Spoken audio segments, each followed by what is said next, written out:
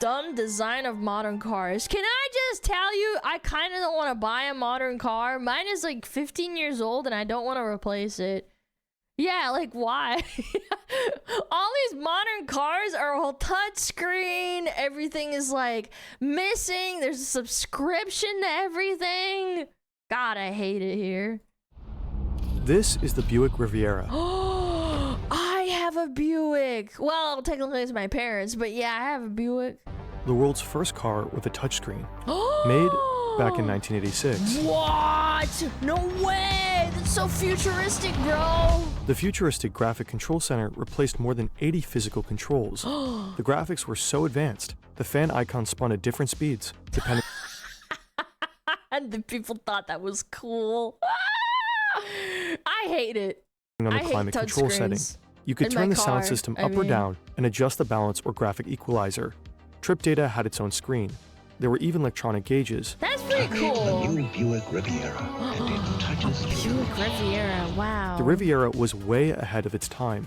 Maybe too far ahead. Yeah, people fucking The hate it, influential Car and probably. Driver magazine gave it a brutal review. The touchscreen is meant to transform a trip to the 7-Eleven into a space odyssey. But the reality of the graphic control center is a bad joke. True! I hate that I don't know if I've like pressed something or not. I like the tactile touch of like, you know, like you turn a knob and you know exactly how far you've turned the knob. I think that's good. It was fiddly, distracting, and way slower than the physical controls it replaced. Exactly. Customers, it seems, just weren't buying it. Production numbers plummeted. Wow. 3 years later, the touchscreen was removed from the Riviera. Based. Customer comes first. But the idea wouldn't stay dead. Ultimately, touchscreens in cars made a return. This time, they were accompanied by lots of other features that supposedly reinvent driving. What the hell is that? Is that like a Does your car have like a pussy and then like you put your fingers in and then you control the... What the hell is that? This is the worst thing I've ever seen. I've never seen anything as retarded as this in a car. I'm not gonna lie. This cup is probably like... This probably tops it. The Prindle dial? The Prindussy! The Prindussy! Oh my god! We got the Prindussy before GTA 6, brother! Reinvent driving. This is so bad, I hate it. High-tech handles that are hard to find and fiddly to use, and all but useless in cold weather. Gear shifters that are straight out of Star Wars, but come with a 4-minute explanation video. Yeah, if you have to spend 4 minutes explaining it to someone, I don't know, man.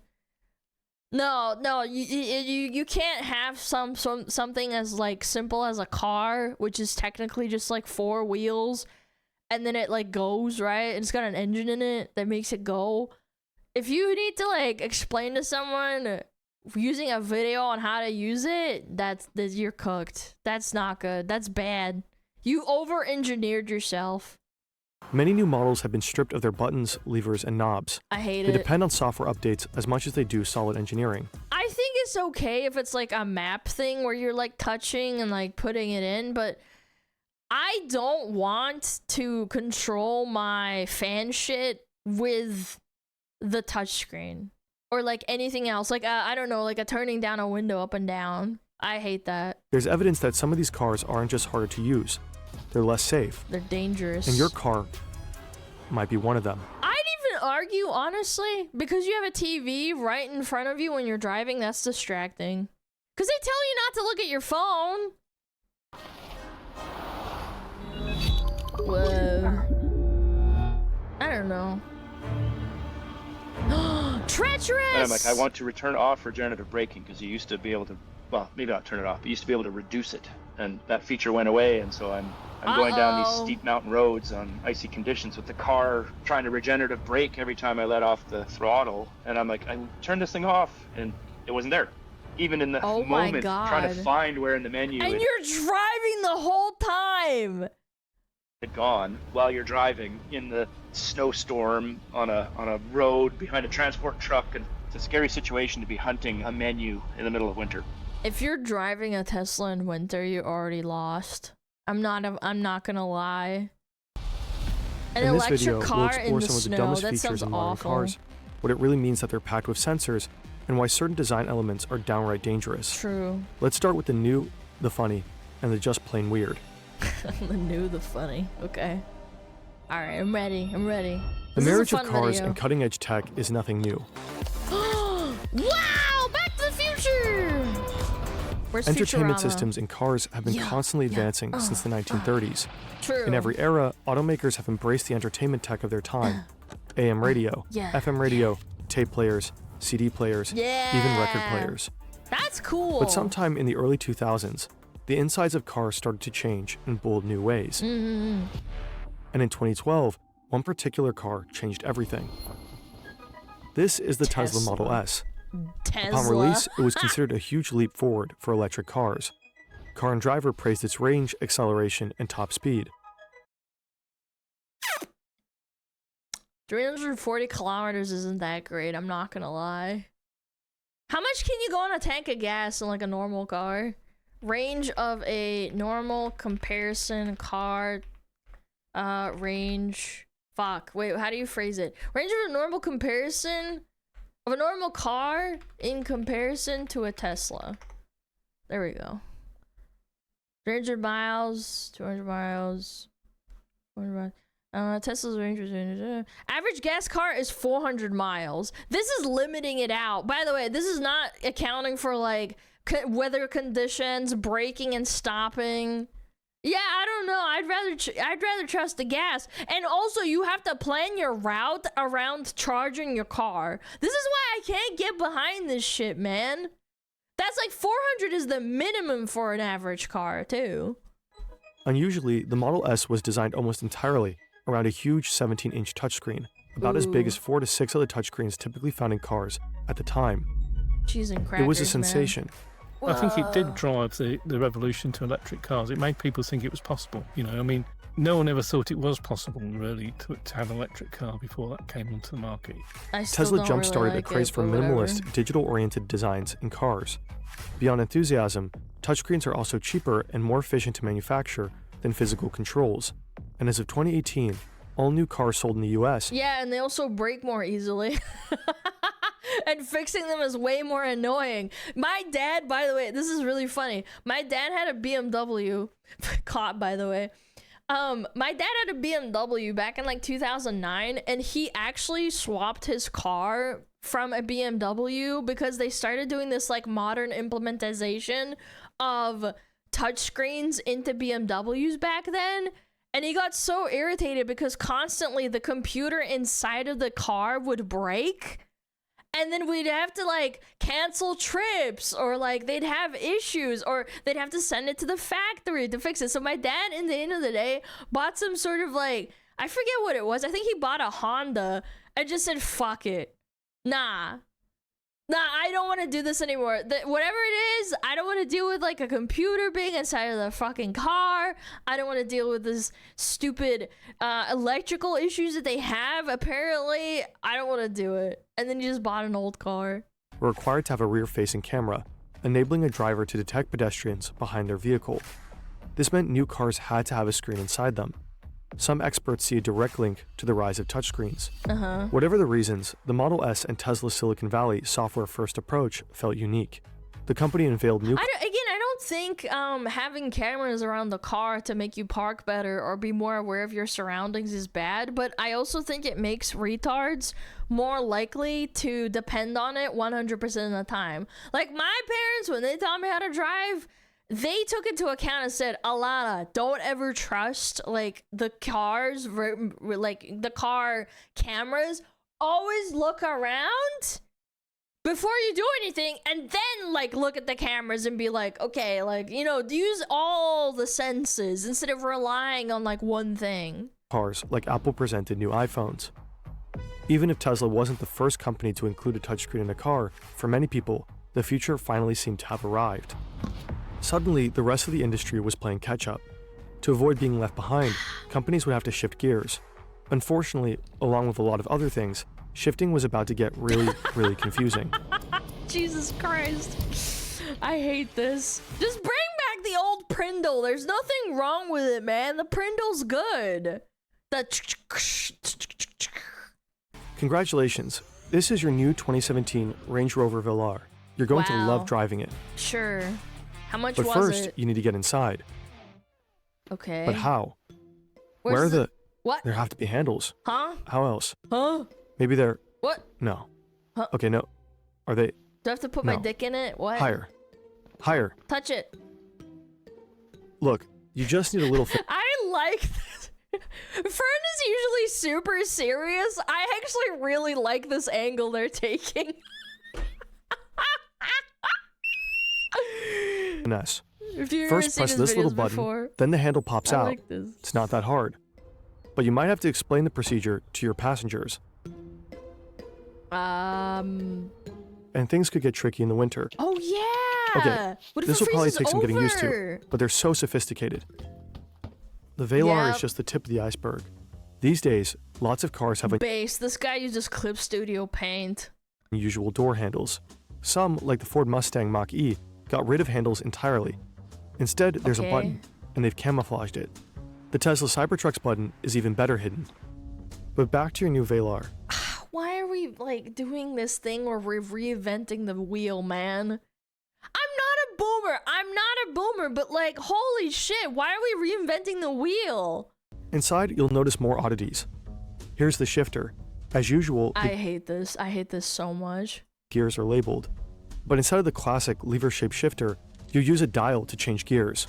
The 2017 Mercedes-Benz GLC has a Of course, it's monostable stock shifter. Mercedes. It's always returned to the center, which can make it tough to tell which gear you are currently in. Yeah! The GMC Terrain moves shifting to buttons, which you pull What? Dude, this is more complicated than fiddling with some coochie, man. rather than push. In its review, the website Motor One called it a complicated solution to a non-existent problem. Yeah, exactly. A description that may or may not apply to many of the Based. innovations in this video. Dude, wait. To many of the What is this in the bottom right? Do you guys see this? non-existent problem. Look. A description that may or may not apply to many of the innovations. What is he doing? Is that how you like turn on the AC? You gesture with it? Dude, over-engineering needs to stop. This is actually one of the worst things I've ever seen in my life. In this video. Yeah, just... From 2021 to 2023, if you were Volume driving up. a Volkswagen He's 6'7" in the car. 6'7", and then your car just explodes.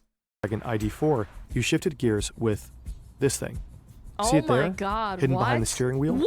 You twist it to shift gears. But you twist these nuts in your mouth. Oh my god. Whether these new designs actually improve on anything is an open question. This is so but they bad. certainly bring the adventure back to driving. In the past, most Adventure. cars I don't want to have an adventure while driving. I want to go from point A to point B safely. I already have to worry about retards on the road. Thank you very much. essential controls tend to look and feel more or less the same. With new features like these, every time you drive a different car, you have to learn how to operate it almost from Yeah. scratch. But there's confusing, and then there's the Genesis Crystal Sphere. What the fuck is this? Let's say you ease on into a Genesis EV60. You want to back out of your parking spot.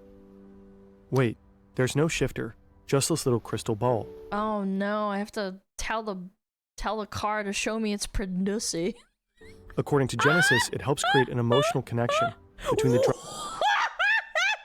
Emotional connection to the car? Are we trying to fuck it or drive it? What the fuck? driver and the vehicle. So slow down. Take a minute. Can you feel it? What? You start the car by pressing the brake and pressing this button. Like Matt. What the fuck am I watching? Dude, Fern, I swear to God, you gotta find more content like this to farm. This is actually one of the funniest videos I've seen all year. The fucking Prundussy. Is this for the people with a car fetish? Yeah, they get like connected and they become one with the car and they have to like touch it. Magic, Oh the my crystal sphere God, rotates, man. revealing the shift dial. Inside, there's a mood P light. for pussy. Shift into reverse by twisting the dial to the left. The dial vibrates, but nothing's wrong. It fucking vibrates so you know the Carnussi is ready.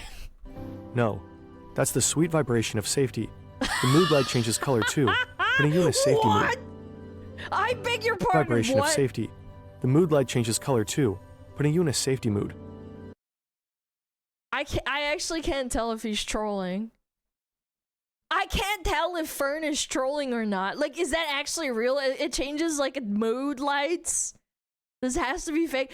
What is going on? The car is blushing. Yeah, she's turning red. She's like, oh my god, you're gonna drive me? That's so hot.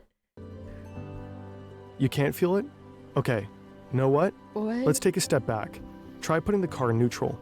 With it still Okay. turned off, press the start button twice. This is so but don't hold down the fucking brake dumb. pedal. I actually don't know what don't to hold down the say. brake. Okay, try again. Are you Without kidding holding me? down the brake pedal, press the start button twice. What? Good, now you're in IG on mode. Remove the cap. IG on? What the fuck? It's like you're speaking a different language. It's a fucking car. Next to the crystal sphere. Well, there should be a cap there. Okay, skip the cap.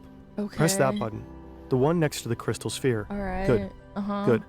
Now you're in neutral. Uh-huh. The touchscreen tells you so. Uh-huh. The sphere rotates. There's the Okay. shift dial There's so you the can... pussy, yep. Oh, but you're already in neutral. Why would...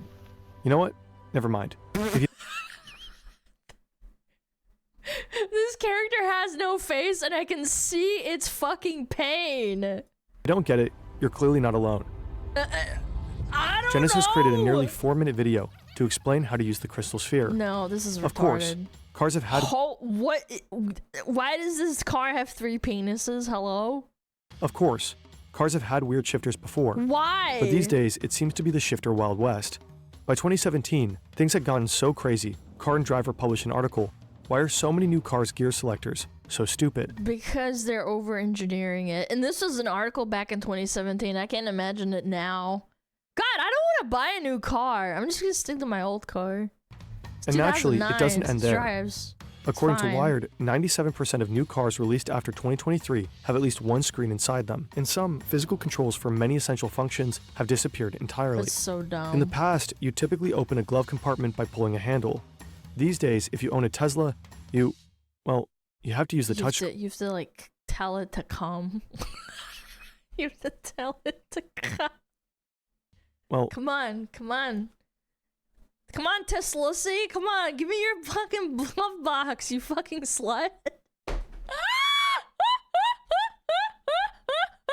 you have to use the touchscreen.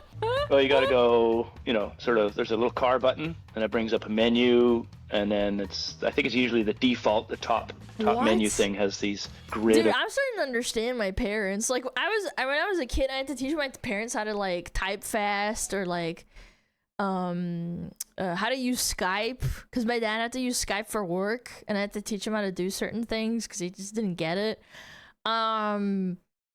Like, using an iPad, too, like, I had to teach my mom how to do that, because she had to do it for work and stuff.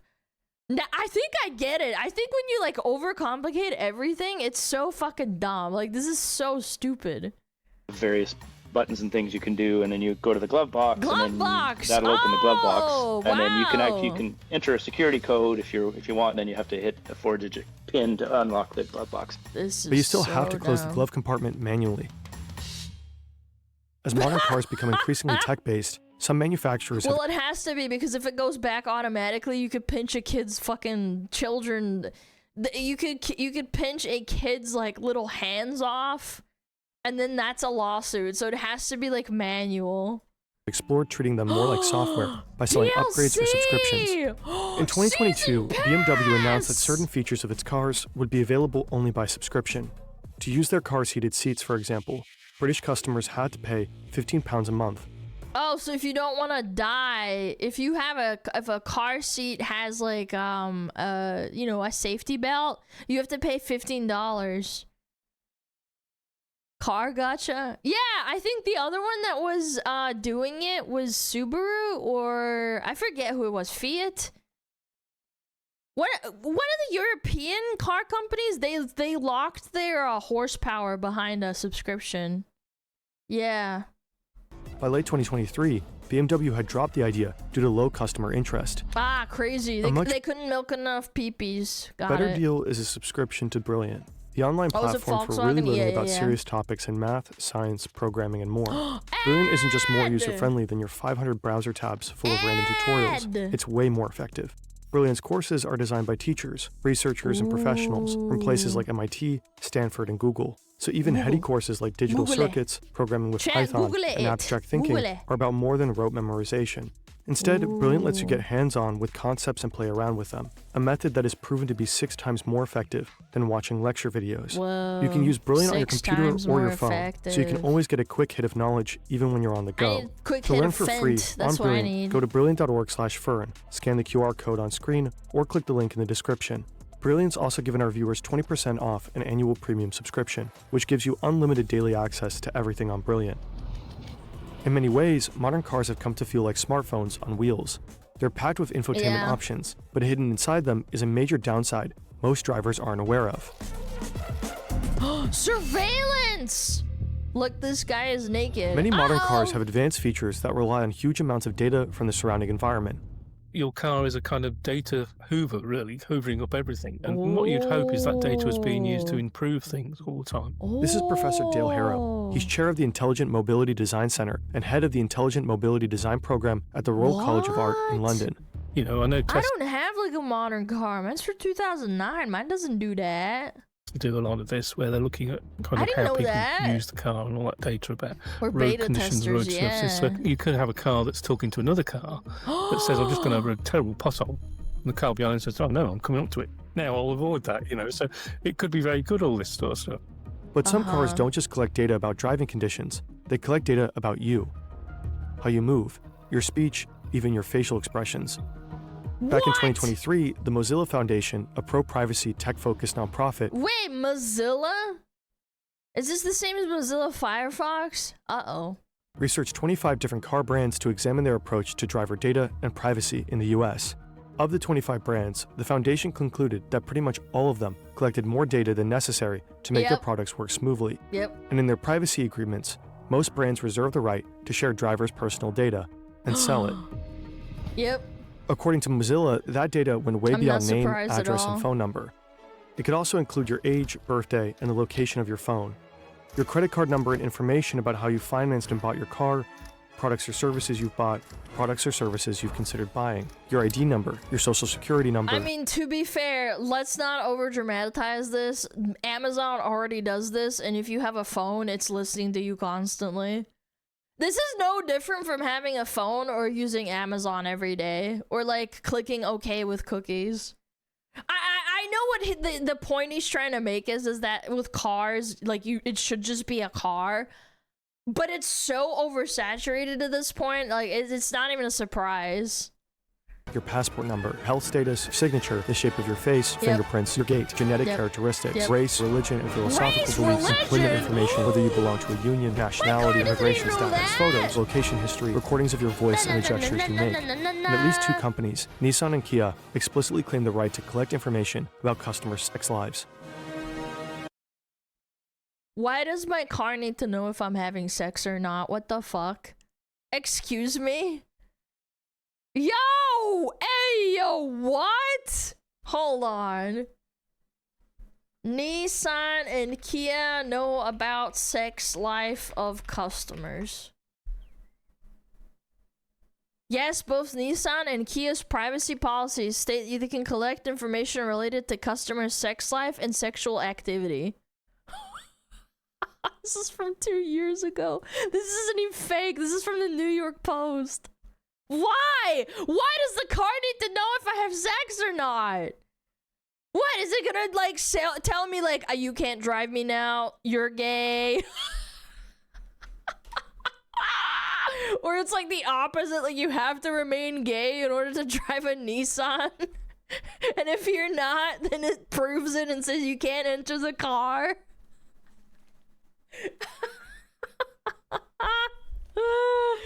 Oh my god, dude.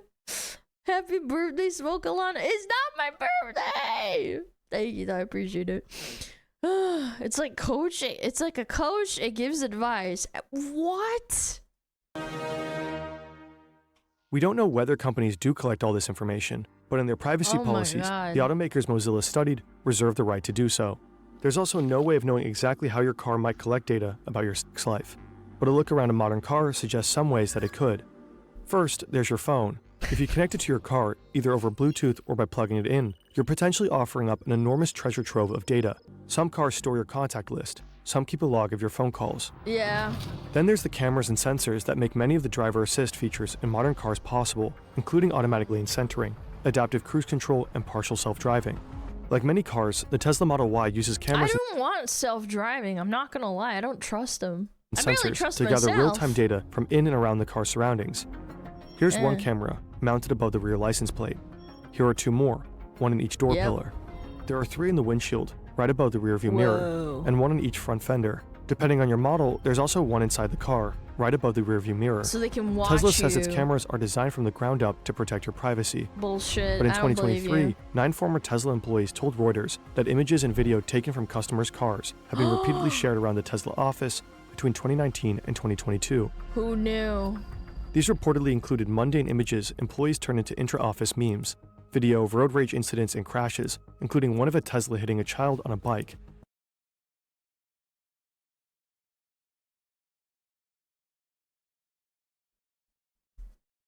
Why am I not surprised? Like, why am I not surprised by this at all? And footage that was clearly private and even embarrassing, apparently including a man Embarrassing! approaching the car, totally naked. Why do you need that in your office? It's one of your customers, man. That's weird.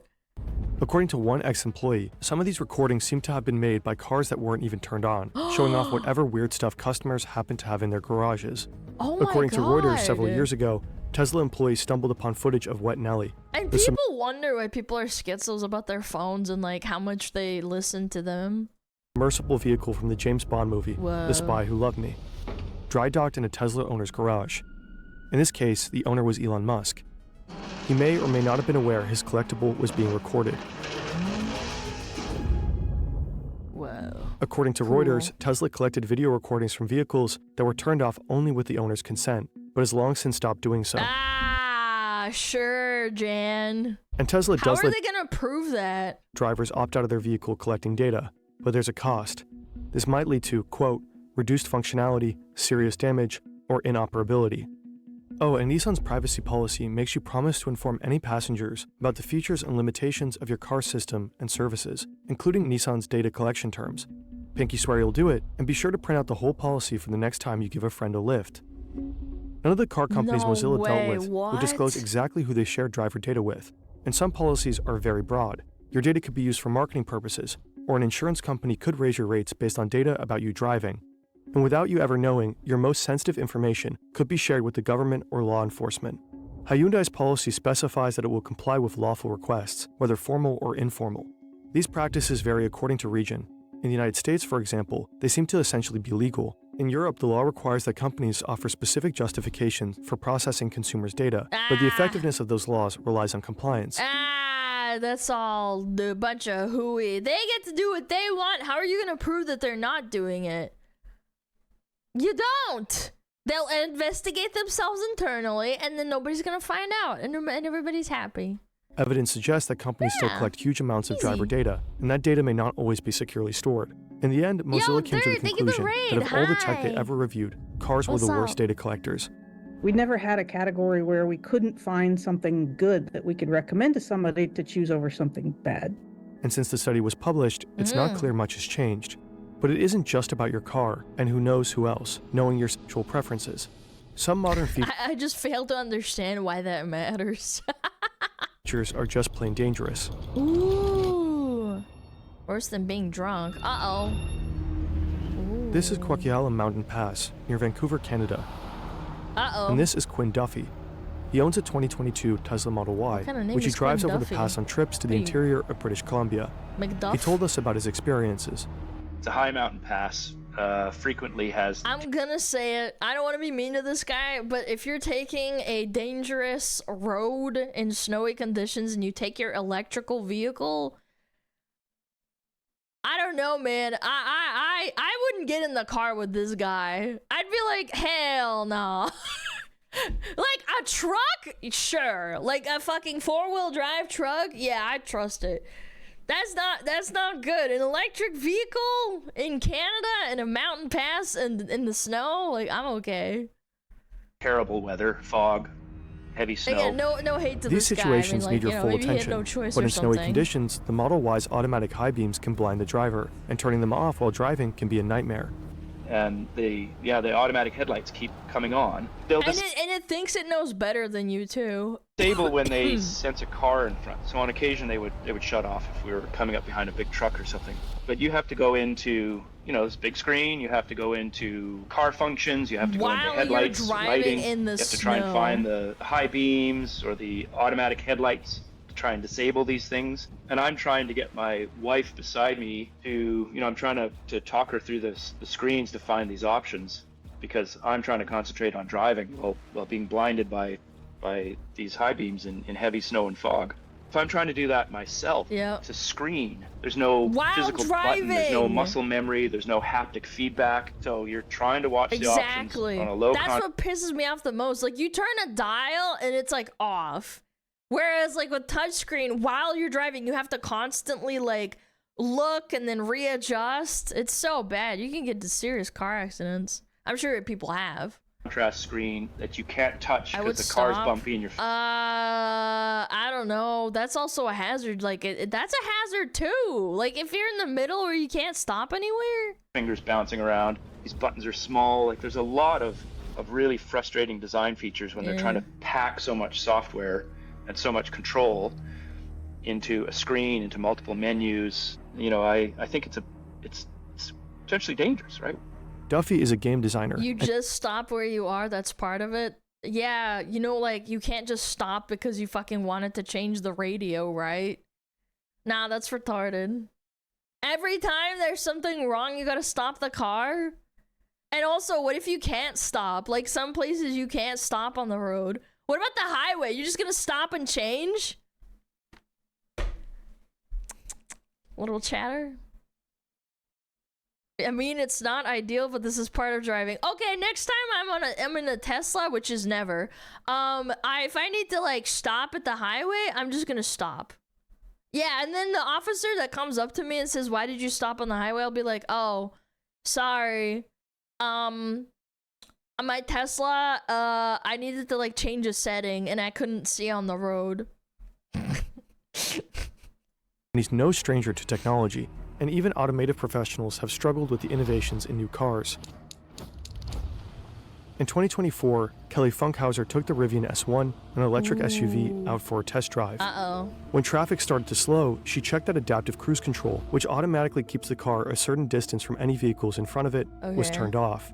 That required quickly flicking the shifter next to the steering wheel upward. But Funkhauser held that gesture slightly too long, a couple of seconds.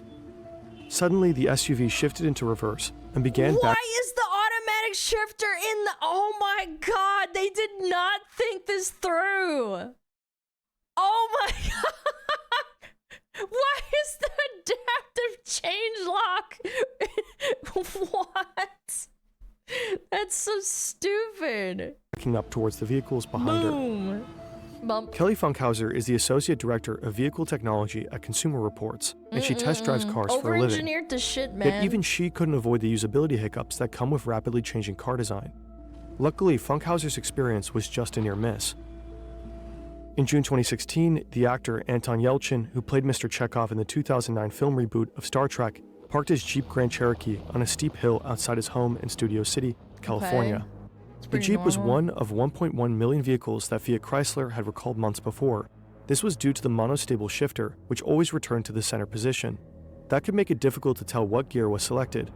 As Yelchin walked towards his home, the Jeep rolled backwards and hit him, crushing him against a brick pillar and security fence. Oh shit! There's no proof that the Jeep's monostable shifter was responsible for Yelchin's death.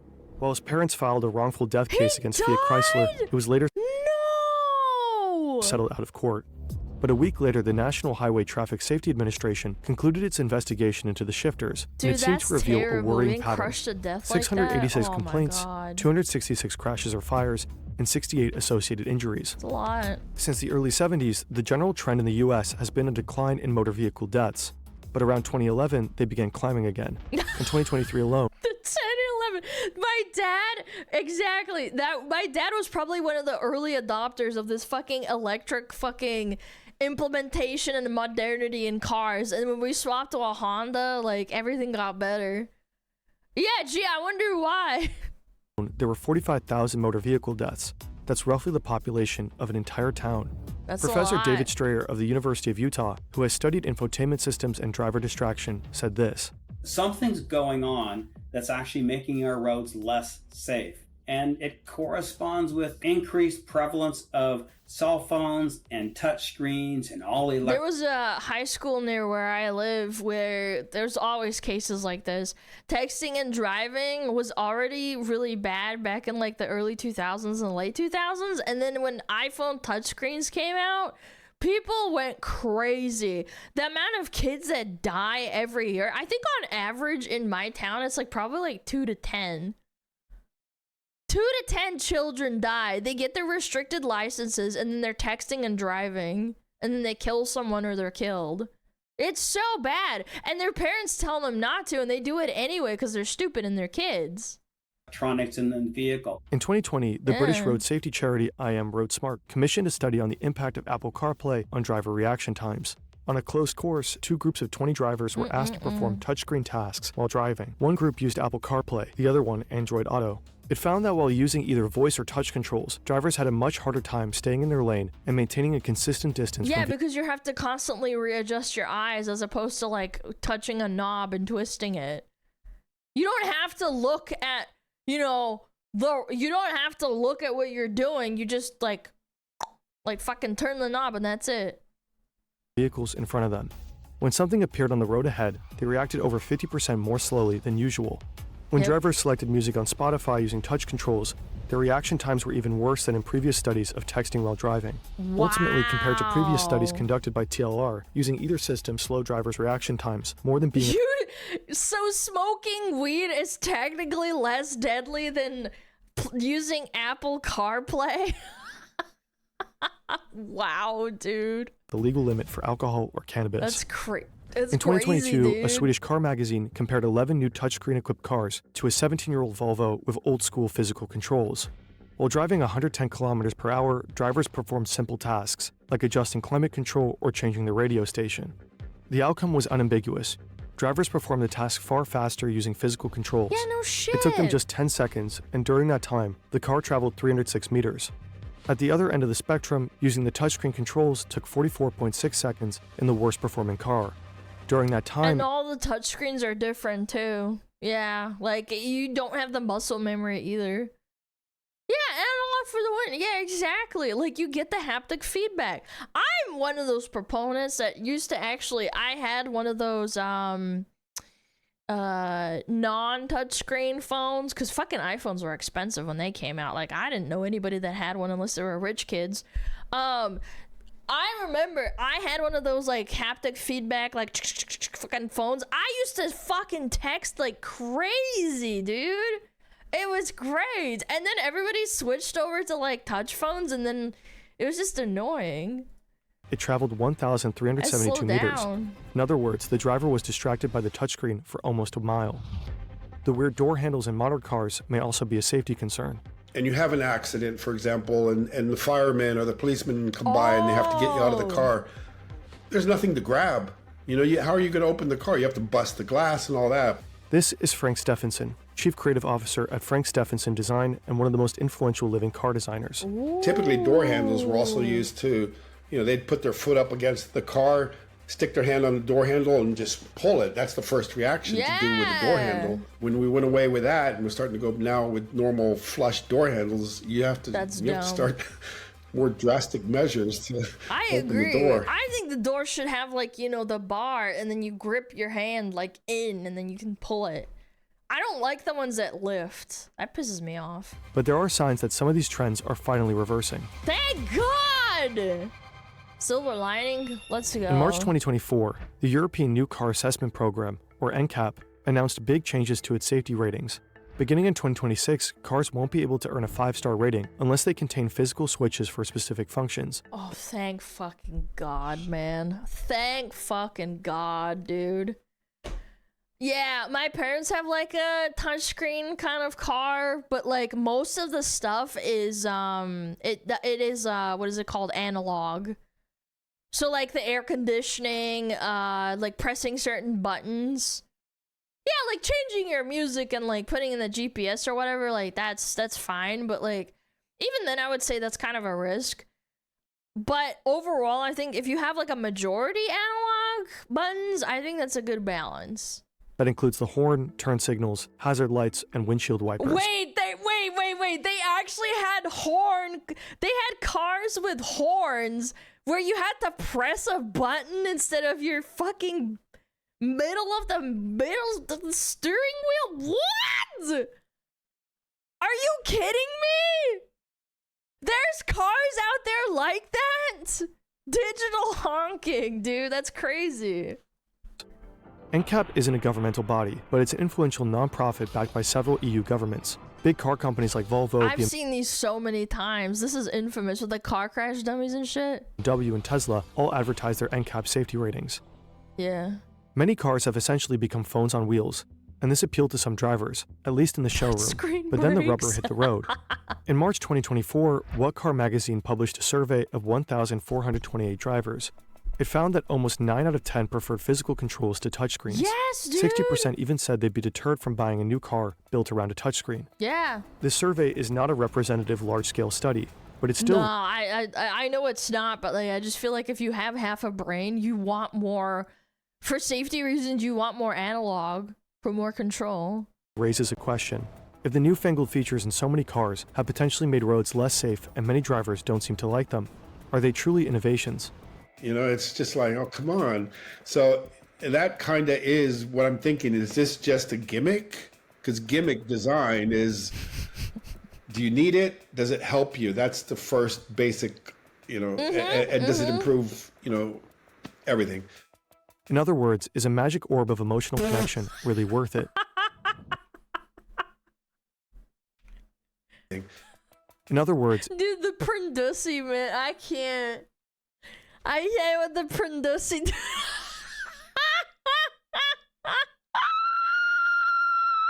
Is a magic orb of emotional connection really worth it? I need to emotionally connect to the Prindussy before I drive. The affordable mid-price car seems to be going extinct, at least in That's the bad. I hate that. US. In February 2025, the share of new cars purchased costing less than $25,000 was less than 5%, down more than 18% from just 6 years before. Yeah, because they're fucking overpricing everything. They think that adding like a touchscreen or something or like cameras to a car makes it like blow up in value. It's super annoying. That's the price range favored by many middle-class and first-time buyers. Yeah. But there are fewer of those on the market these days, giving car companies an excuse to raise prices on those that remain. And profit margins are higher on tricked-out, high-priced vehicles anyway. Yep. So many dealers prioritize keeping those in stock, not budget vehicles. If this higher price point is more attractive for sellers, could all these innovative bells and whistles be another way of nudging consumers in that direction? Yeah. In markets well, where you're large numbers forcing of them. people need to take out a loan to buy a car, like the US, that's a serious issue. But amid all the gloom and Wait, doom, what? Hold on, go back. that's a serious issue. 1 second, Or, sorry. like the US, that's a so many dealers prioritize keeping those in stock, not budget vehicles. If this higher price point is more attractive for sellers, could all these innovative bells and whistles Hold on, be another way sorry. of nudging consumers in that direction? In markets where large numbers of people need to take out a loan to buy a car, like the US, that's a serious issue. Yeah, in the US it's more acceptable to get a loan on a car. I noticed this too. My parents bought their car outright in Europe. Yeah. You might use a credit card and stuff, but like you can get a straight up loan for your car in the US and it's way more easy. You almost have to, yeah. Cars are so fucking expensive, dude.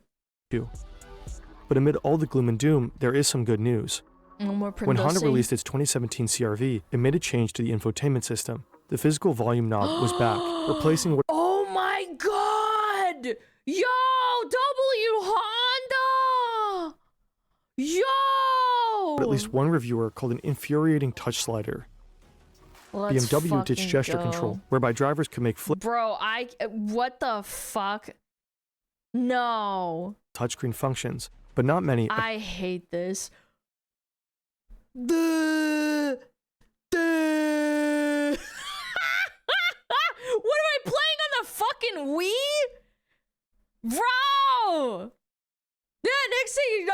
like 6'7", 6'7". Turn up the volume by 6'7". Like,